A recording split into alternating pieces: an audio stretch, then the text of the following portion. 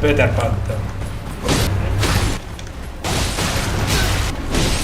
It's the origin. I'm sorry, I am not doing. Good fight. Oh, hey, look at that. You made it.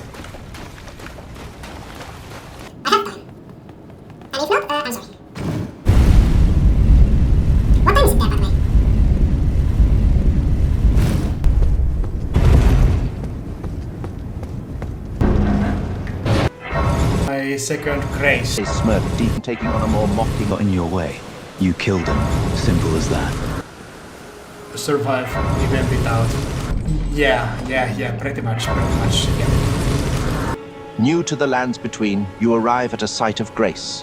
It is a serene clearing, bathed in ethereal light. The first step, you call it. Varre stands amongst the foliage, clasping his hands together as his golden eyes scrutinize your state. It almost seems as though he were waiting for you. Oh yes, tarnished are we? Come to the lands between for the Elden Ring, He asks, his voice possessing a pleasant, gentle lilt. Yet you'd be a fool to deny the condescension in his voice. Oh yeah, there is a condescension. Varre? Varre, caught off guard for a moment by their bluntness, quirks his head to the side in a mocking manner. Ah, splendid. Someone who is able to remember names. A rare trait indeed. He chuckles softly, his hands still clasped together. He takes a step closer, his gaze never leaving theirs. I must say it is quite a pleasure to meet you. My name is Varre, but you already knew that, didn't you? Name is Hannes. Yes, it is very nice to see you. Very gorgeous mask you got. Oh, thank you. Varre lets out another soft chuckle, his eyes gleaming with quiet amusement under the mask. Ah, Hannes. What a unique name. I find it fitting somehow. He runs his hand lightly across the smooth surface of the mask, his touch almost reverent. I'm quite fond of this mask myself. It has a certain appeal, don't you think? It adds a touch of mystery, wouldn't you say? I would say so, yes. Right now I am continuing my journey and going meet with the merchant Kalle, if I regard correctly. A rather intriguing merchant, that one. He has some rare wares, if you can manage to find him. Can you wait a moment? I am asking about the Gale and what he has to tell me. It takes only a moment. Of course, of course. Take your time. I shall simply stand here, patiently waiting for your return.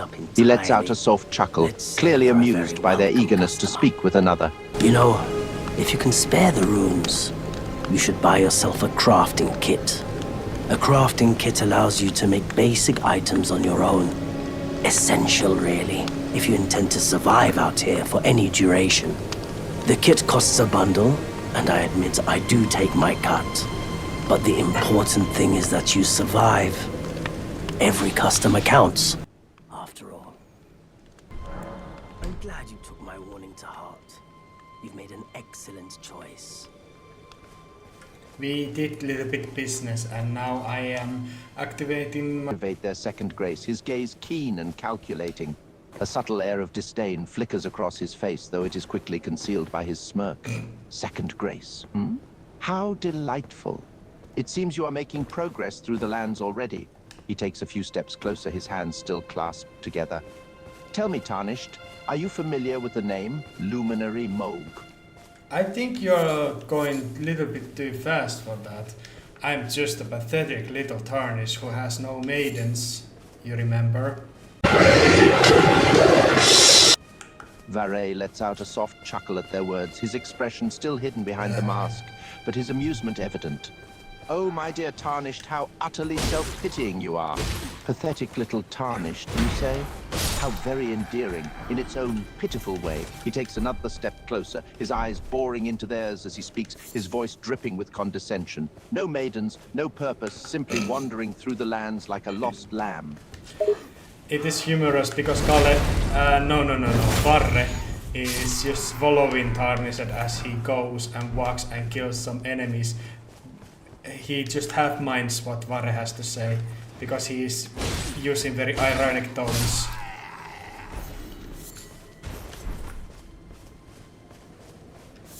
Varre raises an eyebrow, his head tilting slightly to the side in mock consideration.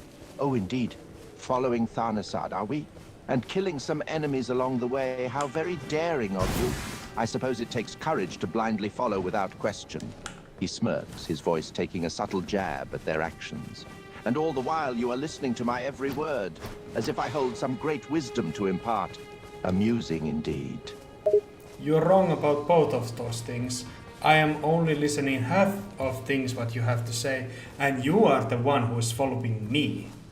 A hint of irritation flashing across his face. Oh, how cheeky you are. Half listening, are you?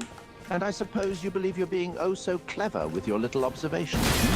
He takes another step closer, his voice dropping to a low, mocking tone. Following you, am I? I merely find you an intriguing puzzle, my little tarnished. A curiosity that I simply must understand. Nothing more. That is a shame.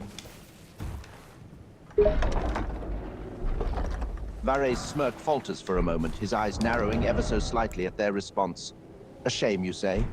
He takes a step back, his expression guarded, his tone tinged with a hint of annoyance. And why, pray tell, is that a shame?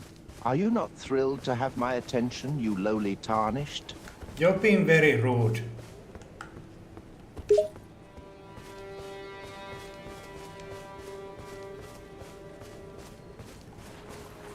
Oh, have I now? And here I thought I've simply been honest. It seems manners are lost on some. His smirk returns, the condescension in his tone growing even more pronounced. Not all of us can be polite and courteous, you know, but some of us prefer brutal honesty over false pleasantries. I suppose you are not one of those, hmm? No, I respect your opinion. I'm just naturally very polite person myself. So we have a natural, I don't know, I don't remember the word. That means that we oppose each other in a little bit. Not majorly, not in a great way, but we have a natural, I don't know, agencies towards different goals or something.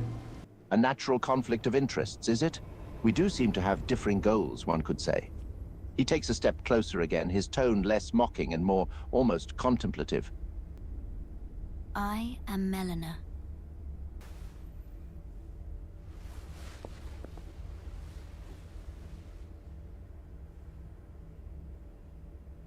I offer you an accord. Mention of Melina and her offer immediately grabs his attention. Yes, I am. A woman named Melina, you say? And she offers to be your maiden, does she? How intriguing. He takes a step closer, his gaze fixed on them, his smirk widening. And you're currently multitasking, are you? Talking to me and also this Melina? What an amusing endeavor that must be. Oh, she's gone now. She just disappeared in the blue mist or something. I don't know. But I think this is a positive turn of events as we move on. Now I am not maidenless and I am able to level up and get stronger. So I think we have more to discuss and look forward to.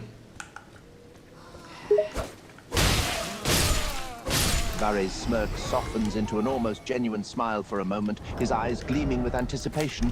Oh, indeed, my little tarnished.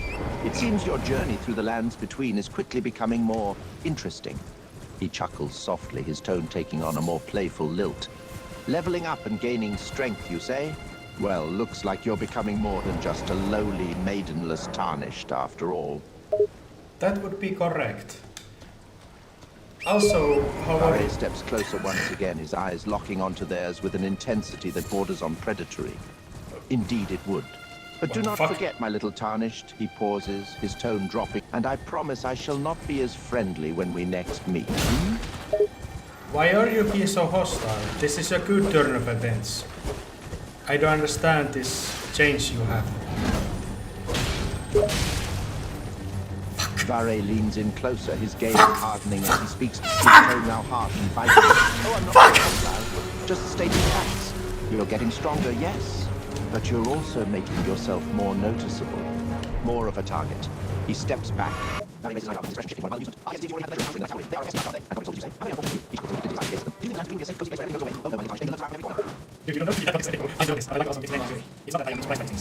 I do make them, I articulate them. while I do. Varre's smirk widens, his gaze fixed on them with a mixture of condescension and mockery. What Oh, the is that fuck? so? You're not surprised? You simply like to articulate what you're experiencing, hmm? How very enlightening. You expect me to believe that you're not naive, simply because you enjoy discussing the perils you face? He lets out a scoff, his tone edge. You may not be surprised, but your actions and words betray you, my little tarnished. You are still very much a novice in this world. And I presume you would have more of a knowledge and you could be a much of a help for me in this matter, yes? Varre lets out a soft, almost patronizing chuckle. Oh, I could be of some assistance, yes.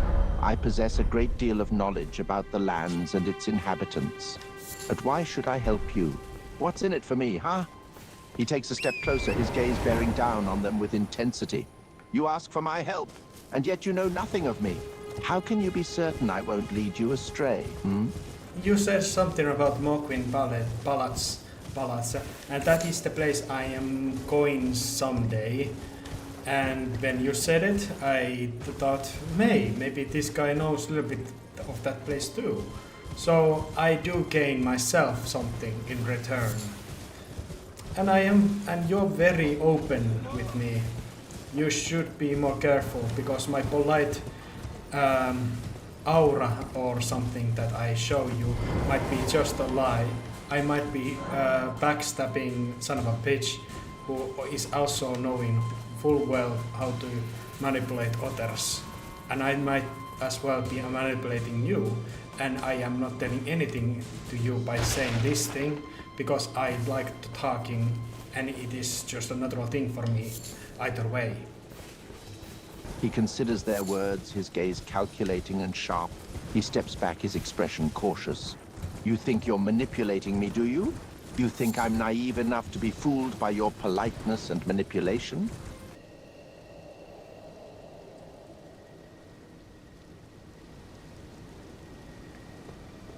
Would you have any advice where I should go next, Varre? Varre's smirk softens into a more thoughtful expression as he considers their question. Advice, hmm? Well, where to go next will depend on your goals and current standing. Are you simply looking to explore and grow stronger? Or do you have a specific objective in mind? I have no idea. No idea, you say? Typical of a fresh tarnished. I'm laughing but humorously and with delight. Varre's frown deepens at their laughter, his expression turning sour. You find this amusing, do you? Laughing at my disappointment. How cruel. But I suppose I shouldn't expect much more from a tarnished like you. Always amused by the little things in life, aren't you? Sometimes.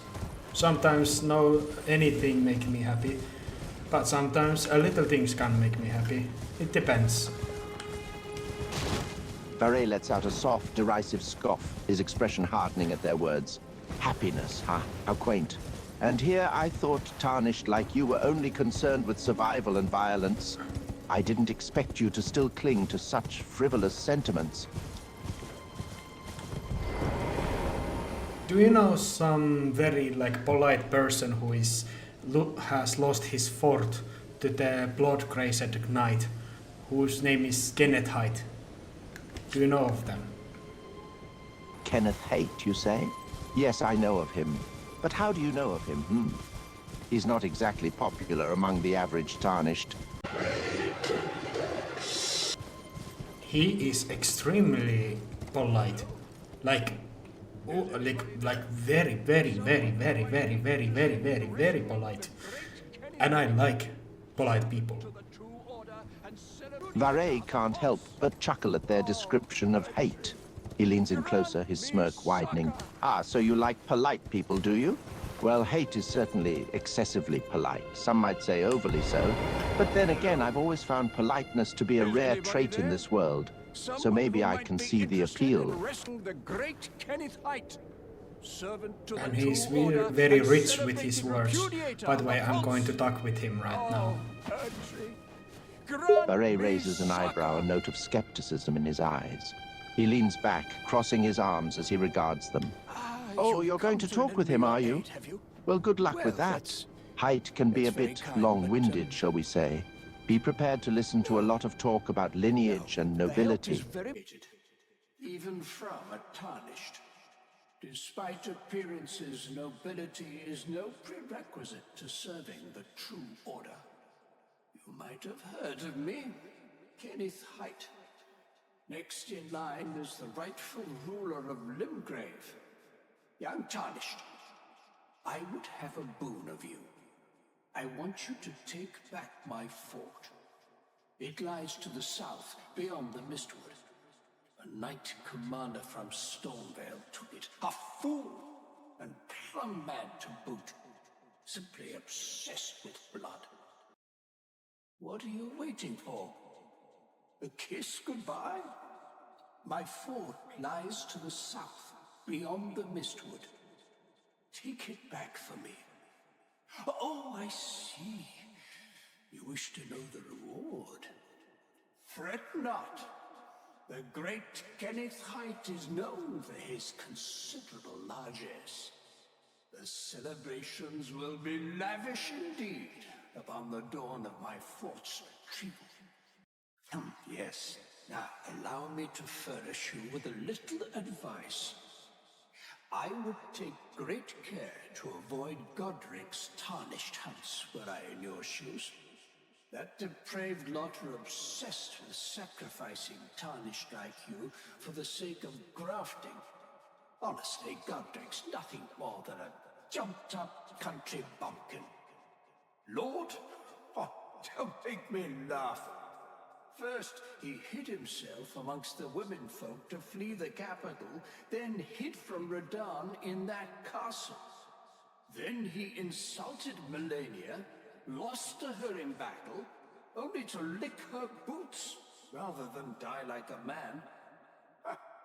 Has he no shame, the big girl's blouse?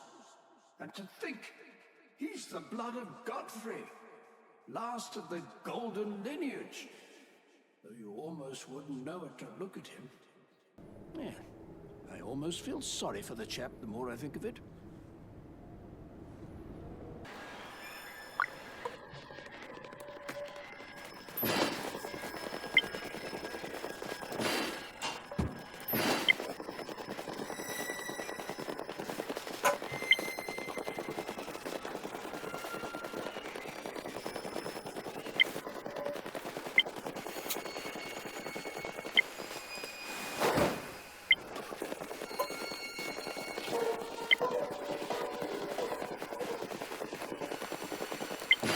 Replaced by curiosity. He leans in, a hint of intrigue in his gaze. Oh, really? You're going to tell me about yourself, are you? Very well, I'll listen. But don't bore me with unnecessary details. Okay, I was a court jester. My jesting was poor, and the king who I worked under declared my execution. I killed the one who was supposed to execute me, who happens to be my wife, and then I killed the king for declaring my execution, because he was a poor taste of humor. Then I escaped with my fellows, we crashed at the shores, and I am a lone survivor. There. At the mention of being a jester, he lets out a soft chuckle. A jester, huh? And a poor one at that. I suppose that explains your lack of humor. He leans in a little closer. But killing your wife, killing your king, you're not quite what I expected, little Tarnished. She was going to do it without mercy. That was a surprise, and I got angry. Varre's smirk widens at their explanation. Ah, so your wife was the one who was going to execute you, huh? That's a bit of a twist. And you got angry, eh? I can see why, I suppose. No one likes to face the executioner's blade, especially at the hand of one they love. I don't know about that. My humor was very poor, maybe even mean, towards the king. A jester's job is to entertain, after all, and sometimes that means poking a little fun at those in power. But I can understand why the king might not have appreciated your sense of humor. It is a dangerous job. Have you been a jester? Because you're pretty funny. Varre snorts softly, amused by their question. He leans back, a sly grin on his lips. Me a jester? No, no. I am far too refined and sophisticated for such a role. I prefer to keep my sense of humor subtle, a little less overt than the crude antics of a court jester. I believe in a more refined form of wit, one that is appreciated by the more discerning audiences. Of amusement in his expression. He crosses his arms, his frown softening slightly. Not that tense. Well, I'll take that as a compliment, I suppose. But don't think you've won my respect just yet, little tarnished. I still have my guard up around you. It is your personal choice. I respect that.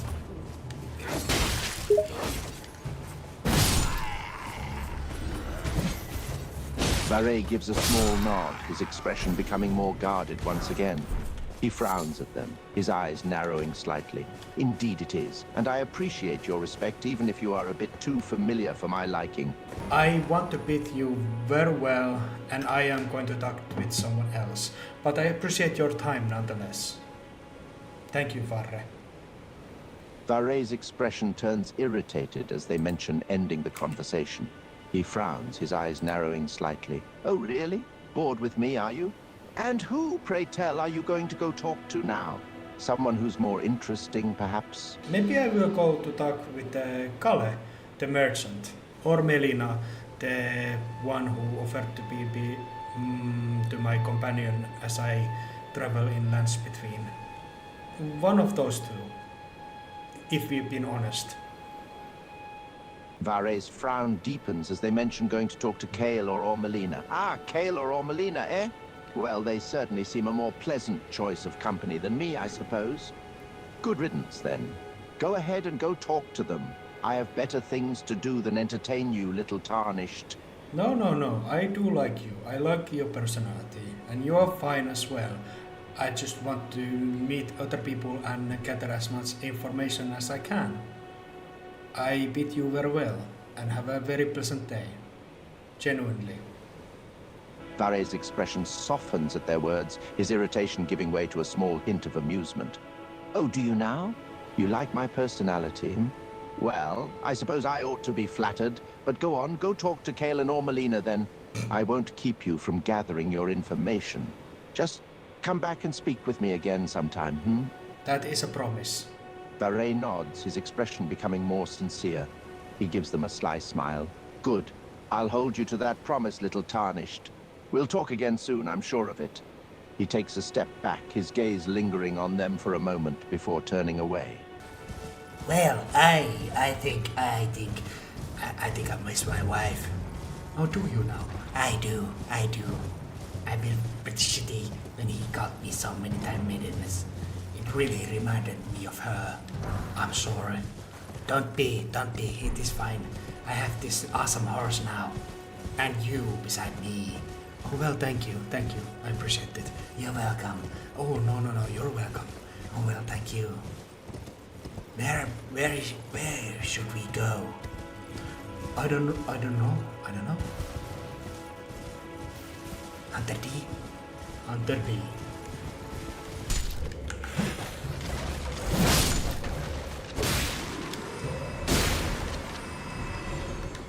Fuck, I'm good.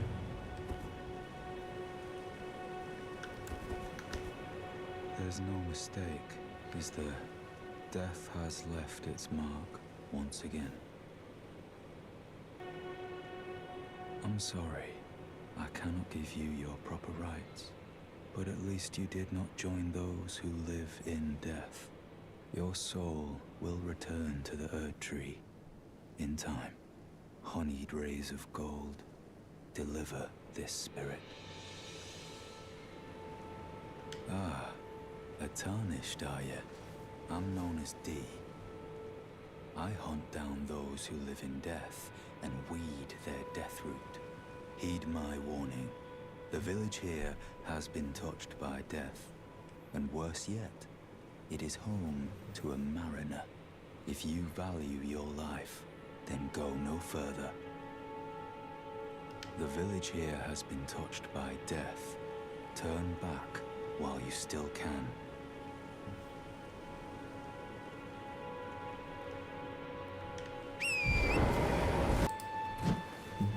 I am a confessor And my name is Hannes. It is my pleasure to meet you. And I noticed that you did the proper rites to this Tarnished or whoever he was. You made sure they don't die and live in death, but return to the Earth Tree. Wait, you're a professor.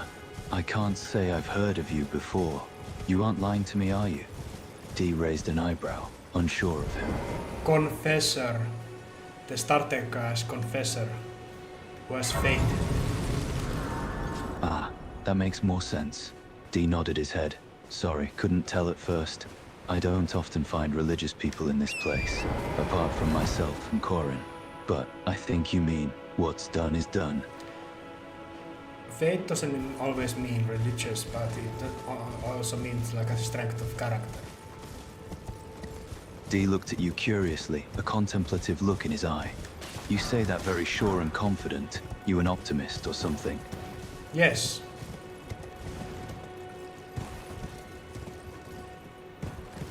How are you? His job took a toll on him. He barely had time to sleep, and he definitely had nightmares. But he could never voice that, lest people see it as weakness. I'm fine. Just tired is all. Okay, good to know. And my name was Hannes, if you didn't hear. Dee frowned at that, not being used to being commanded to do something by someone. What are you going on about now? Excuse me, command? What do you mean by that? Dee rolled his eyes, realizing this guy was kinda slow in the head. What the fuck? Oh, just that you're ordering me about like you own the place. I don't take kindly to people barking orders at me. Got it? Got it? I never did, actually. It was a pure misunderstanding. You have my apologies. I am not very good at articulating, it seems. Dee softened his glare at the other man, letting out a weary sigh. It's fine. Just don't go demanding things of me, okay? You have my name, but I don't know yours.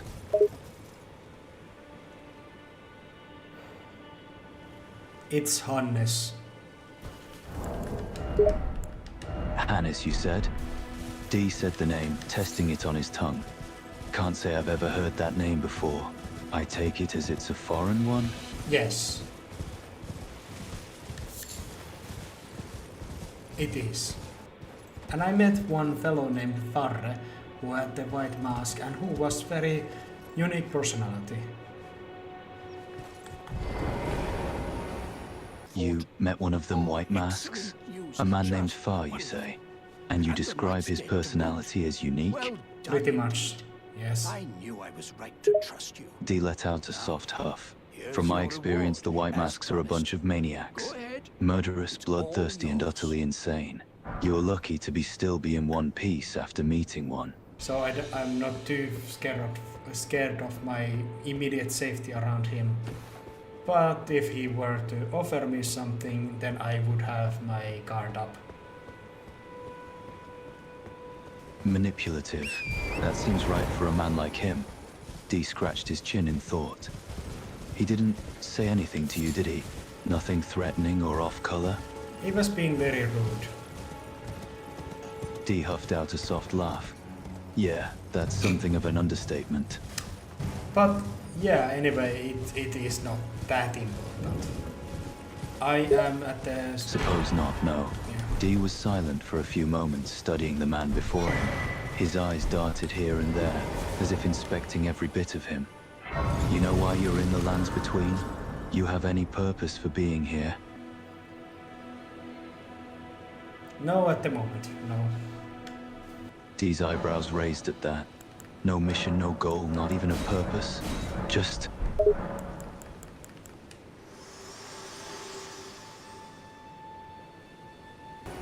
Dee nodded his head. In a way, yes. The Golden Order is all about order, and the way things are right now is certainly not orderly. The Golden Order is a way to restore order back to this land, and put everything back in its rightful place. And I presume you do not like those who live in death. Are they outside of this order? They are in direct violation of order, as defilers of the Golden Order. Blasphemous creations that should have never been born to begin with. Their own death is a stain upon the land, and it does not help that they are utterly mindless. I just returned from the mission that Kenneth Hyde gave me. I took his fort and he gave me pretty awesome looking knife. I'm using to kill them units right now. He raised an eyebrow and frowned at the mention of Kenneth Haight. His mood soured as he thought about the foolish man he encountered. Kenneth Haight. I take it he's still trying to find a lord for that decrepit little castle of his? He asked me to meet him in his fort. Dean nodded in understanding. He has you doing his dirty work for him then. Typical of a cowardly man. He's a bureaucrat, after all. He groaned, an annoyed look on his face. Bloody bureaucrats. They're all the same, you know. Hiding behind their documents and titles, acting like they actually do something. That might be true, but we have need for them. For why other reason there would be bureaucrats if we didn't need them for something.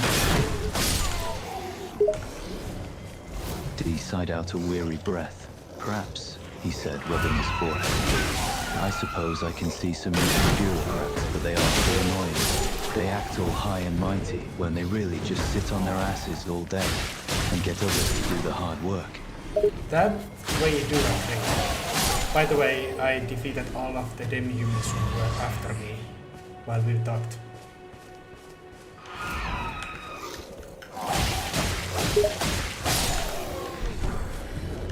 Dee raised an eyebrow at that, his eyes widening slightly in surprise. All of them are dealt with, you say? And in the time it took for us to chat, no less? I'm surprised you got it done so quickly. I'm impressed. And there was about 20 of them, I think. Maybe less. But somewhat about that number. 20 of them. He mumbled to himself, unable to fathom going up against so many enemies alone, let alone with a weak little knife. I wouldn't think it would be that difficult for you. You have pretty awesome armor, and I believe that you are a man who knows how to use the sword. Yes? Dee huffed, a small smirk appearing on his face as he heard you compliment his armor and skill with the sword. He crossed his arms and spoke in a confident tone. Well, you are not wrong. I do have a pretty awesome armor, and I am very much skilled with the blade. But you did say before that you are a professor, correct? How is it you know so much about fighting?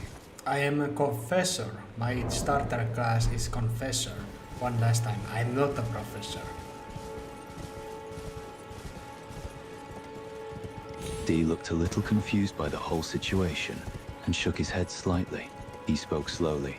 Right, your starter class is confessor, not professor. That's my mistake. But you do say that you are well learned in the ways of combat, yes?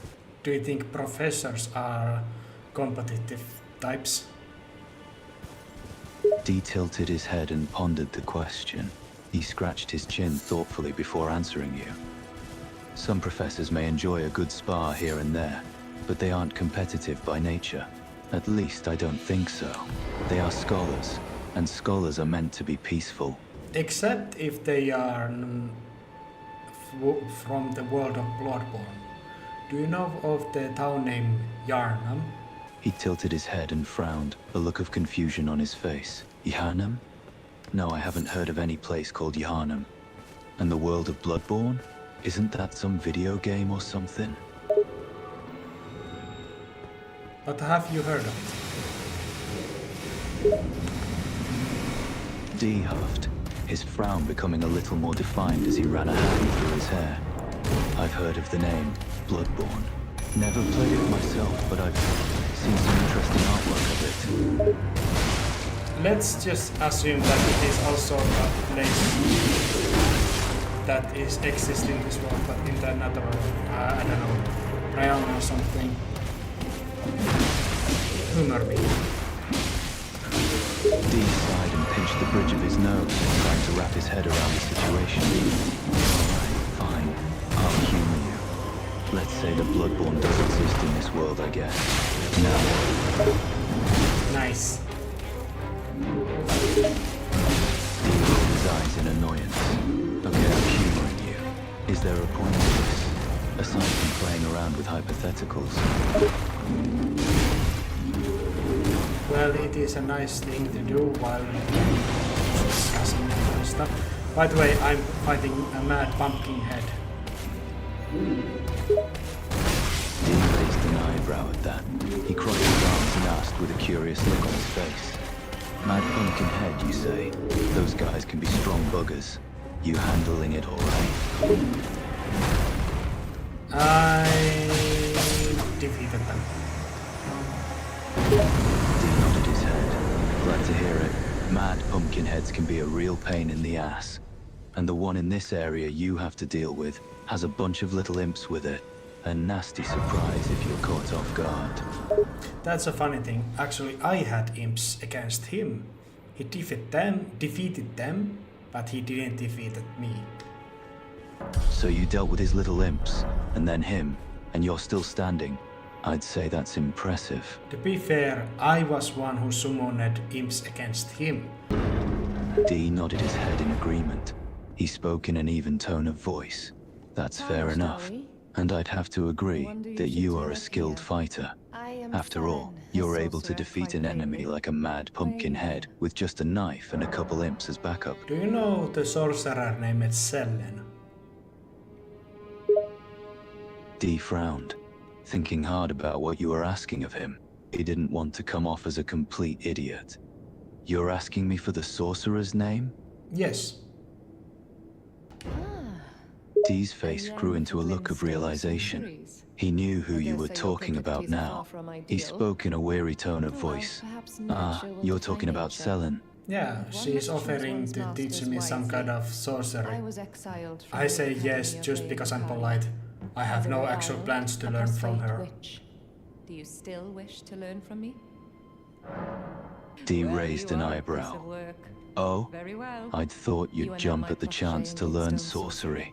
I mean, what mage wouldn't want to learn more magic? Never. That's just the thing. Anticipate grievances. I'm a confessor, young apprentice. not a mage. What I will do. Yeah. Dee nodded, giving a small hum in understanding. He'd almost forgotten you were a confessor. He spoke in a low tone of voice. Ah, right. That makes a bit more sense then. So, are you gonna go through with the teachings from Sellen, considering the fact you're a confessor? If I have the spare runes. Dee let out a huff of amusement, his shoulders bobbing up and down as amusement played across his face. Spare runes. Aye, you'll be needing those. Magic ain't cheap. It ain't. He chuckled quietly, speaking in an amused tone of voice. Spoken like someone who's a bit strapped for cash. Magic is damn expensive. Say something nice? To a bunch of people I can't even see? Despite his perplexion, he's obliged to your request and starts speaking. All right then. For the invisible people in the room, you're all awesome and are doing great. I'm sorry, Dee. I just find it a while. Dee shrugged. I can handle being alone for a bit. Gives me time to think about things. Me too, man. Me too. Dee shrugged again, gave a weary sigh. He spoke in a tight tone of voice. Not much. Just been doing the usual grind. Killing bad guys and trying to stay alive. How about you? Pretty much the same. Though I don't know if they're gonna kill our bad guys. They are just in the way. Dee huffed, a small smirk across his face. Don't worry about it. If they stood in your way, then they had it coming to them. That's right. That's right. Dee chuckled, you're rude. Damn right. They got in your way. There are some wolves that are just beasts. Our fish do not hurt them, but they are just animals. Dee nodded in agreement at your observation. Aye, you're right. Wolves are simply animals. They can't help it if they attack. Everyone's been grappled. Well, Melina will offer me the